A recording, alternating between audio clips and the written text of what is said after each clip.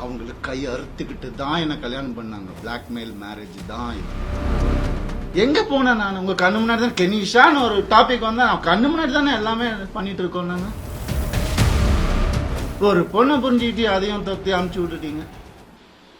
வெக்கமா இல்ல உங்களுக்கு எல்லாம்? என்ன நினைச்சிட்டு இருக்கீங்க?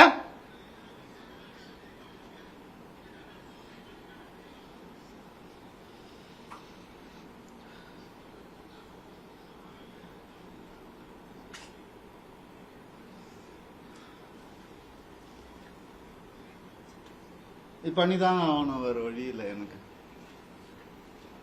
யாருதான் சொல்லுவா அப்படி என் கதையை? அம்மா அப்பாவும் சொல்ல மாட்டாங்க. அங்கே ஏன்னா அவங்க முன்னாடியே சொல்லிட்டாங்க, அல்ல எல்லாம் சொல்லிட்டாங்க, நான் கேட்கல.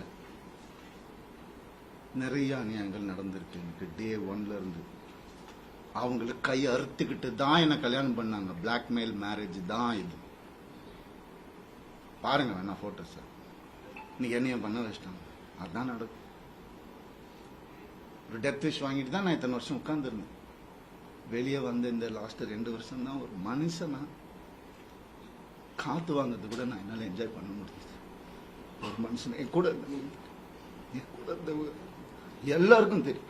இன்னைக்கு யாரெல்லாம் என் கூட இருக்காங்களோ அவங்க எல்லாருக்குமே தெரியும். இப்படி அதுக்குள்ள 2 வருஷம் கல்யாணம், வீட்டை விட்டு பிரிச்சு கூட்டு வந்துட்டு இங்க வந்துட்டு வீடு கட்டணும், இது கட்டணும், அது இங்க வேலைக்கு போவோம், அங்க வேலை, யாரு காசு கொடுத்தாலும் வாங்கிக்கோ, நமக்கு இதுதான் முக்கியம், அதுதான் என்ன. அதுல 3 படம் எனக்கு போச்சு, ஃபெயிலியர் ஆயிடுச்சு. ஏதோ பண்ண அவங்க வீட்டோட ப்ரொடக்ஷன், ஒரு படம் முடியறதுக்குள்ளே இன்னொரு படம் டேட். அப்ப நான் வெளியே படம் பண்ண தேவையில்லை, கம்பெனி ஆர்டிஸ்ட் நான்.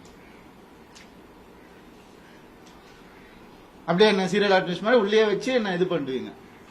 அதுல இருந்து நான் வெளியே வரக்கூடாது. நான் படிச்ச விஸ்காமுக்கும் நான் பார்த்த என்னுடைய பிலிம் ஃபெஸ்டிவல்ஸும் ஒரு 5 பிலிம் ஃபெஸ்டிவல் லைஃப்ல நான் பார்த்துருக்கிறேன். அந்த நாலேஜ் எல்லாம் வச்சு நான் எதுவும் கிரியேட் பண்ணக்கூடாது. இதுதே அடங்கி இப்படியே இருக்கணும். அவங்களுக்கு பிடிக்கிற மாதிரி படம், மாசா கமர்ஷியலா.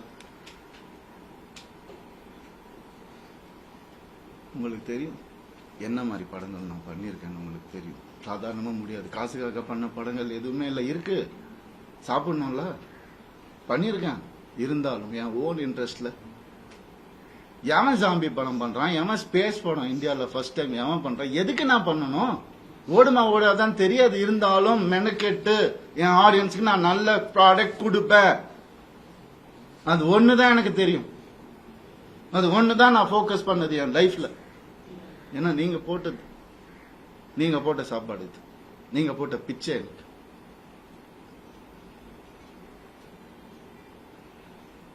நான் ஏன் சைபர் புல்லிங்க்கு பிச்சை போடணும்? அவங்க ஃபாலோவர்ஸை நான் ஏன் டெவலப் பண்ணணும்? நான் பேச மாட்டேன். சிவன் குழந்தைன்னு நான் சொல்லுவேங்க. ஆம்பளையும் இல்லாம பொம்பளையும் இல்லாம இருக்கிறவங்கள நான் அப்படி கடவுள் குழந்தைங்க. அவங்க எல்லாம் வந்துட்டு என்னென்னமோ பேசுறாங்க. என்ன இதெல்லாம் ஃபாலோவர்ஸ்க்காகவா? அதுக்காக பிறந்து வளர்ந்து இது பண்ணும் என்ன? எங்க போனேன் நான்? உங்க கண்ணு முன்னாடி தான் கெனிஷான்னு ஒரு டாபிக் வந்தா கண்ணு முன்னாடி தானே எல்லாமே பண்ணிட்டு இருக்கோம். நாங்க ஒரு பொண்ணை புரிஞ்சுக்கிட்டு அதையும் தொத்தி அமுச்சு விட்டுட்டீங்க. அவங்க ஃபெமினிஸ்ட்.